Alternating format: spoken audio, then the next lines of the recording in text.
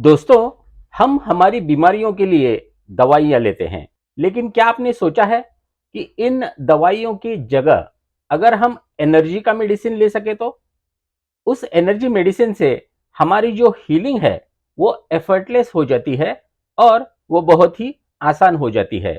तो हम बात कर रहे हैं ऐसे ही एक जापानीज टेक्निक की जो एफर्टलेस हीलिंग के लिए जानी जाती है और जिसका नाम है जिन शिन जुत्सु। तो नमस्कार दोस्तों, क्वांटम माइंड के एपिसोड नंबर 77 में मैं डॉक्टर दयानंद देवमोरे आप सबका स्वागत करता हूं। आज हम देखने वाले हैं जिन शिन जुत्सु किन प्रिंसिपल्स पे काम करता है और उसमें एनर्जी की कॉन्सेप्ट क्या है, ये एनर्जी ब्लॉक कैसे होती है और उस ब्लॉक को निकाला कैसे जाता है। तो देखते हैं सबसे पहला प्रिंसिपल। जिनशिन जुत्सु का सबसे पहला प्रिंसिपल है वो है यूनिवर्सल एनर्जी का। उसके हिसाब से इस यूनिवर्स में सब जगह एक एनर्जी फ्लो हो रही है और वो एनर्जी हर एक लिविंग थिंग में और लिविंग बीइंग में फ्लो हो रही है। जैसे हमारे घर में इलेक्ट्रिसिटी होती है और उस इलेक्ट्रिसिटी से चलने वाले बहुत सारे उपकरण होते हैं, वैसे ही इस यूनिवर्स में जो भी लिविंग बीइंग है वो इस एनर्जी से कनेक्टेड है और उन सब में ये एनर्जी बह रही है। ऑब्वियसली ये एनर्जी बहना बंद होती है तो उस जीव की मृत्यु हो जाती है। दूसरा प्रिंसिपल है इस एनर्जी का मैनिफेस्टेशन जो है वो एनर्जी मैनिफेस्ट किस फॉर्म में करती है? ब्रीदिंग, सांस के फॉर्म में वो एनर्जी मैनिफेस्ट करती है। ये एनर्जी 9 लेवल्स पे होती है। उस एनर्जी के 9 स्तर होते हैं। सबसे आखिरी जो स्तर होता है वो यूनिवर्स से कनेक्टेड होता है और जैसे जैसे ये स्तर अंदर की तरफ जाता है वैसे वैसे सबसे लास्ट वाला स्तर वो इंडिविजुअल स्तर होता है। इसे बोला जाता है डेप्थ्स ऑफ एनर्जी। तो कितने डेप्थ्स होते हैं? 9 डेप्थ्स होते हैं। तो ये एनर्जी हमारे शरीर में कैसे फ्लो हो रही है उसके बारे में थोड़ा समझने की कोशिश करते हैं। ऐसी कल्पना कीजिए कि हमारे गांव में जो नदी है वो नदी उस एनर्जी की तरह है। हमारे शरीर में ऐसे एनर्जी की 3 नदियां बह रही हैं। मतलब ऐसे 3 फ्लोज हैं जो बह रहे हैं। उन्हें बोला जाता है मेन फ्लोज। तो मेन फ्लोज कितने होते हैं? 3। उन्हें ट्रिनिटी फ्लोज भी बोला जाता है। इसमें पहला वाला होता है सेंट्रल फ्लो, दूसरे 2 होते हैं सुपरवाइजर फ्लोज। और हर एक जो इसेंशियल ऑर्गन है या वाइटल ऑर्गन है उस वाइटल ऑर्गन की तरफ जैसे एक नदी की शाखा जाती है वैसे ये 3 जो मुख्य प्रवाह हैं उनसे एनर्जी की शाखाएं वाइटल ऑर्गन्स की तरफ जा रही हैं। कौन से है ये वाइटल ऑर्गन्स? जैसे कि किडनी, हार्ट, लिवर, लंग्स। तो ऐसे कितने फ्लोज होते हैं? 12। तो 12 ऑर्गन्स को नरिश करने वाले 12 फ्लोज होते हैं। तो इसका मतलब है 3 मेन फ्लोज जिन्हें ट्रिनिटी फ्लो बोला जाता है, जो ओवरऑल हमारे स्किन हो गया, बोन हो गए, जॉइंट्स हो गए, इनको हेल्दी रखते हैं। और जो 12 ऑर्गन फ्लोज हैं वो 12 इसेंशियल ऑर्गन्स को हेल्दी रखते हैं। तो ये एनर्जी जब तक सही तरीके से फ्लो हो रही है तब तक हम हेल्दी हैं। तो इस एनर्जी को कंट्रोल करने के लिए जैसे इलेक्ट्रिसिटी को कंट्रोल करने के लिए स्विचेस होते हैं या फिर रिलेज होते हैं, वैसे ही इस एनर्जी को कंट्रोल करने के लिए सर्किट ब्रेकर्स होते हैं। जैसे हमने नदी का उदाहरण देखा, तो उस नदी पे अगर डैम बांधा जाए तो क्या होगा? तो उस डैम में जो एक्सेस वाटर आता है, जो रेनी सीजन में आता है, वो भी हम रोक सकते हैं और जब भी जरूरत हो तब हम उस पानी का इस्तेमाल कर सकते हैं। मतलब डैम का इस्तेमाल हम 2 केसेस में कर सकते हैं। पहला इस्तेमाल है एक्सेस वाटर रोकने के लिए और दूसरा इस्तेमाल है जब भी पानी की कमी हो तब उसमें से पानी हम निकाल सकें। वैसे ही एनर्जी की नदी पे भी डैम्स होते हैं। कितने डैम्स होते हैं? हमारे शरीर के दोनों तरफ 26-26 ऐसे डैम्स होते हैं जो एनर्जी को कंट्रोल में रखते हैं। दोस्तों, ये एनर्जी कम भी नहीं होनी चाहिए और ज्यादा भी नहीं होनी चाहिए।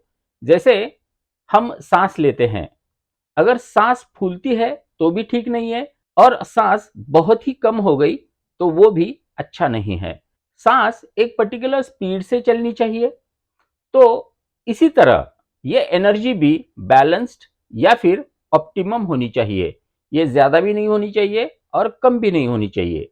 और इस एनर्जी को कंट्रोल करने वाले जो 52 डैम्स हमारे शरीर में हैं, 26 लेफ्ट साइड में, 26 राइट साइड में, उनको बोला जाता है सेफ्टी एनर्जी लॉक्स, या फिर शॉर्ट में SEL।